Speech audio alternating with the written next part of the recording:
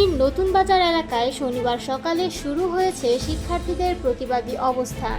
United international ইউনিভার্সিটির শিক্ষার্থীরা সড়ক অবরোধ করে আন্দোলনে নেমেছেন, যার ফলে পুরো এলাকা জুড়ে সৃষ্টি হয়েছে তীব্র যানজট ও সাধারণ মানুষের ভোগান্তি।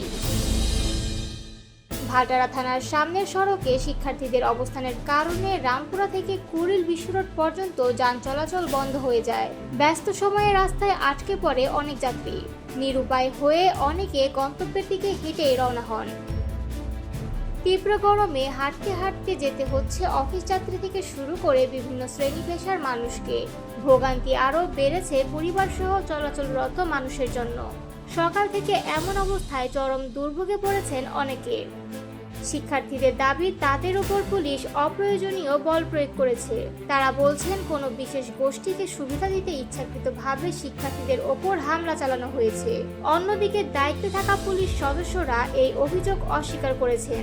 নিরাপত্তা বজায় রাখতে পর্যাপ্ত ফোর্স মোতায়েন রয়েছে এবং পরিস্থিতি শান্ত রাখতে চেষ্টা করা হচ্ছে বলে জানানো হয়েছে প্রশাসনের পক্ষ থেকে।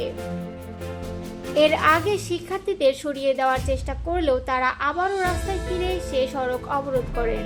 আন্দোলনকারীরা সাফ জানিয়ে দিয়েছেন, দাবি না মানা পর্যন্ত তারা আন্দোলন চালিয়ে যাবেন। এই আন্দোলনের ফলে রাজধানীর অন্যতম গুরুত্বপূর্ণ রোডে সৃষ্টি হয়েছে ভয়াবহ যানজট।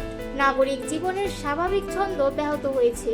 কর্তৃপক্ষের দ্রুত পদক্ষেপ না এলে এই পরিস্থিতি আরও অবনতি হওয়ার আশঙ্কা করছে সাধারণ মানুষ।